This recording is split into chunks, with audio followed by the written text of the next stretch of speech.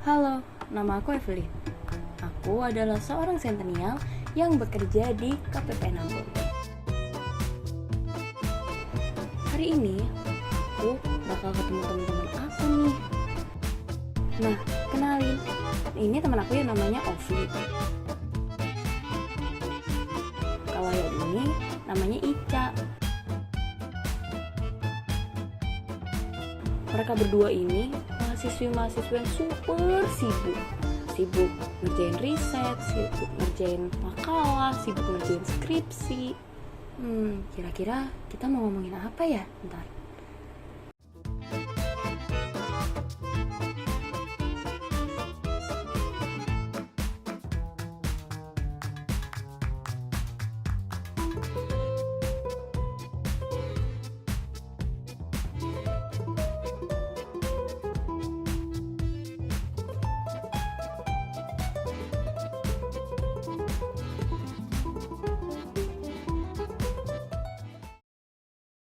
Terus tadi kalian jadinya ngobrolin apa? Gini loh, tadi tuh kita lagi ngobrolin UMKM kan. Jadi itu Oke, makasih ya. Lanjut, gimana? UMKM tuh aku baca-baca sulit gitu. Pembiayaannya itu loh. Oh, maksudnya kayak UMKM tuh ini gak sih, kayak karena pandemi gitu?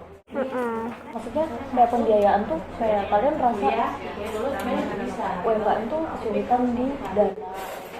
Pendanaannya gitu. Emang kamu baca di mana sih kayak gitu? Di berita sih. Berita ya banyak. Emang pemerintah nggak ada gitu program buat UMKM? Ada lah pasti. Emang apa programnya? Nah kebetulan nih kalau di kantor aku kan di DJPB ya, alias Direktorat Jenderal Perbendaharaan. Nah bendahara kan identik banget ya sama yang namanya dana gitu. Jadi otomatis kita lebih ke itu tadi yang dibilang Ovi, kita bantu loh di namanya pembiayaan gitu, atau bahasa kasarnya kayak mungkin pinjaman gitu loh kalau orang-orang ngerti, kayak misalnya kalian ngerti kan, kita di situ bantu.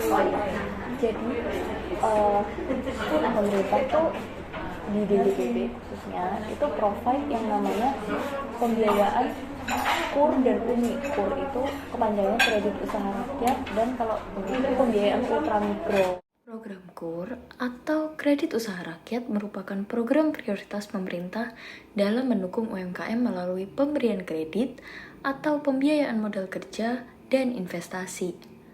Program KUR sendiri sudah dimulai dari bulan November 2007 dan dalam pelaksanaannya terjadi beberapa perubahan kebijakan pemerintah, khususnya pada skema penyaluran. Sejak tahun 2015 hingga saat ini, KUR generasi kedua disalurkan dengan skema subsidi bunga. Ada berbagai macam program KUR yang ada di masyarakat saat ini. Di antaranya adalah KUR Mikro, KUR Kecil, KUR TKI, dan KUR Khusus. Sedangkan untuk pembiayaan UMI adalah pembiayaan yang bersumber dari APBN atau bersama dengan pemerintah daerah dan atau pihak lain untuk memberikan fasilitas pembiayaan kepada usaha ultramikro. Pembiayaan UMI merupakan program dana bergulir pemerintah untuk memberikan akses kepada usaha mikro. Program UMI ini dilaksanakan oleh BLU Pusat Investasi Pemerintah, bisa disingkat PIP, selaku koordinator dana yang melaksanakan penghimpunan dana dan penyaluran dana melalui kerjasama dengan lembaga keuangan bukan bank. Di wilayah Maluku sendiri, ada 2 penyalur yang saat ini dilaksanakan oleh PT Pegadaian dan PT Permodalan Nasional Madani. Kayak ini ya, pernah denger gitu nggak sih? Tapi aku kurang paham, emang UMI apaan, Pe? Gini. Adapun karakteristik pembiayaan UMI adalah mengutamakan kemudahan dan kecepatan dalam proses pembiayaan dengan meniadakan persyaratan surat izin atau keterangan usaha yang merupakan salah satu syarat yang harus dipenuhi oleh UMKM. Pembiayaan UMI menyasar pelaku usaha mikro lapis terbawah, yaitu yang belum memiliki surat izin atau keterangan usaha dan tidak dapat dijangkau fasilitas pembiayaan perbankan dengan tujuan menambah jumlah wirausahawan baru. Terus, bedanya KUR dan UMI itu apa sih? Nah, Yang pertama adalah terkait sasaran debiturnya. KUR menyasar UMKM yang memiliki surat izin usaha, sedangkan UMI tidak mempersyaratkan surat izin usaha dan bisa dimanfaatkan oleh wirausahawan baru. Karena sebenarnya sasaran pembiayaan UMI adalah usaha ultramikro yang skala usahanya lebih kecil dari usaha mikro. Lalu selanjutnya, perbedaannya terletak di tingkat suku bunga KUR yang cukup rendah, yaitu 7%. Lebih menarik sih bagi masyarakat dibanding dengan bunga program UMI yang cukup tinggi. Namun demikian, tingkat bunga UMI masih lebih rendah jika dibandingkan pinjaman ke koperasi atau BPR. Terus pas pandemi ini Gimana tuh? itu tuh dukungan pemerintah ke UMKM itu Gitu. Sebenarnya banyak sih kan ini kalau di Kementerian Keuangan kan yang kayak ngurusin kayak gini pasti salah satunya adalah Kementerian Keuangan kan, otomatis dari dana duit ya kan. Nah, Kementerian Keuangan kan ada dari Bea Cukai, dari perbendaharaan, dari pajak mungkin itu kan punya bantuannya masing-masing gitu loh. Mungkin kalau dari Bea Cukai itu dari segi ekspor kan juga gampang gitu ya. Nah, kalau pajak mungkin dari pajaknya dibantu dari mungkin ada lagi salah satunya kalau dari kita adalah di pembiayaan KUR dan UMI. gitu ya. Iya, soalnya emang aku cuma baca judul doang. Yang bener aja. Nah, gitu jadi nggak mungkin dong misalnya ada UMKM yang kesulitan pemerintah duit aja gitu. Kan pandemi kan ya. Terus kalau habis pandemi tuh masih ada nggak? Masih dong. Kayaknya jam itu udah lewat nih. Kamu mau ini nggak? Kalian mau ini nggak ke kantor kampus dan kita ngobrol gitu? Di sana ya? Emang nggak apa-apa ya? Nggak apa-apa dong, masa nggak boleh? Oh, yaudah boleh. Kalian gue pengen lihat kantor dulu. Oh, oke mantap. Yuk. Yuk. Kayaknya jam itu udah lewat nih. Kamu mau ini nggak? Kalian mau ini nggak ke kantor kampus dan kita ngobrol gitu? Di sana ya? Emang nggak apa-apa ya? Nggak apa-apa dong, masa nggak boleh? Oh, yaudah boleh. Kalian gue pengen lihat kantor dulu. Oh, oke mantap. Yuk. Yuk. Ini kan pinjaman kan? Nanti harus kembaliin. Lembaga peminjam itu tuh lembaga peminjam sih lembaga penyalur itu tuh punya perhitungan bunganya masing-masing. Jadi bisa penyalur A dan B ini belum tentu sama gitu. Nah, perhitungan bunga itu didasarkan salah satunya ya dari itu tadi kayak semacam namanya potensi untuk gagal bayar. Ya. Nah, Iya. kayak pasti ada kan kemungkinan buat gagal bayar gitu. Nah, itu semua udah diperhitungkan sedemikian rupa, resikonya itu berapa, itu nanti dimasukin ke perhitungan bunga itu. Jadi mungkin kalau misalnya kalian sadar ya Pak, bunganya UMI itu lebih tinggi tau dari KUR. Bisa sampai 24% per tahun. Jadi KUR itu berapa? Kalau KUR tadi kan 6% kan, setelah Subsidi kan? ya setelah disubsidi. Ini tuh bisa sampai 24%. Terus kok bisa keuntungannya apa dong? Ya di balik bunga yang tinggi tadi itu salah satunya adalah resiko gagal bayarnya mungkin lebih tinggi gitu. Mereka pasti udah punya perhitungannya sendiri gitu kan. Nah kalau keunggulannya dibandingkan KUR ya, kalau di UMI ini setiap lembaga penyalur tuh punya seperti program pembinaan gitu. Jadi nggak cuma dikasih pinjaman nih, nggak cuma dikasih pembiayaan, tapi mereka juga dipandu, dibimbing.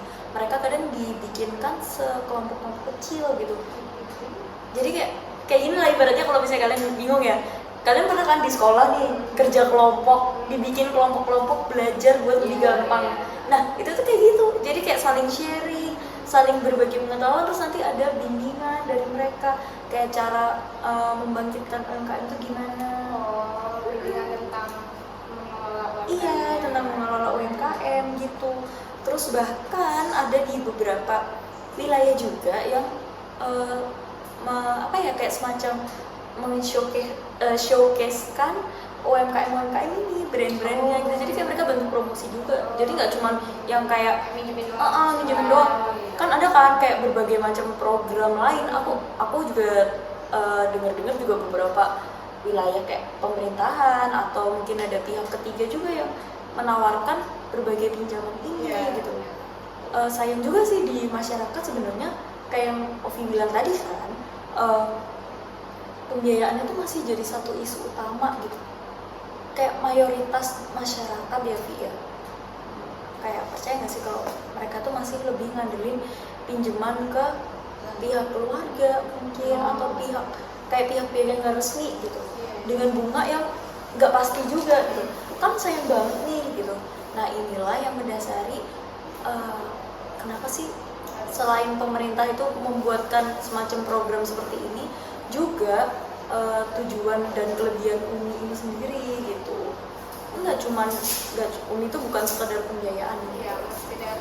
Nggak sekedar nggak sekedar minjemin, nggak sekedar jadi yang kayak aku bilang tadi, diharapkan UMKM ini bisa maju, meningkatkan aktivitas ekonomi juga.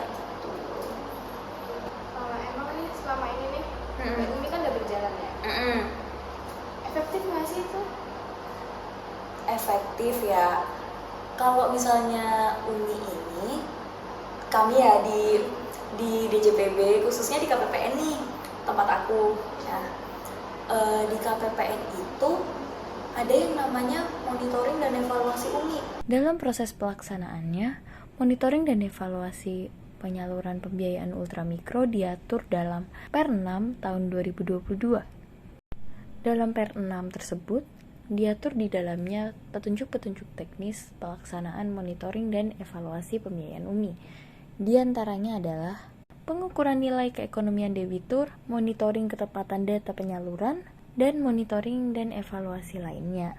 Tujuannya dari monitoring dan evaluasi ini tentu tidak jauh dari menguji kesesuaian data penyaluran dengan salinan dokumen penyaluran. Selain itu, survei atau monitoring dan evaluasi dapat digunakan untuk mengukur dampak pelaksanaan pembiayaan ultramikro terhadap debitur. Seneng banget loh kalau aku bisa sharing informasi ke kalian. Kalau kita juga seneng ya menerima Ilmu baru.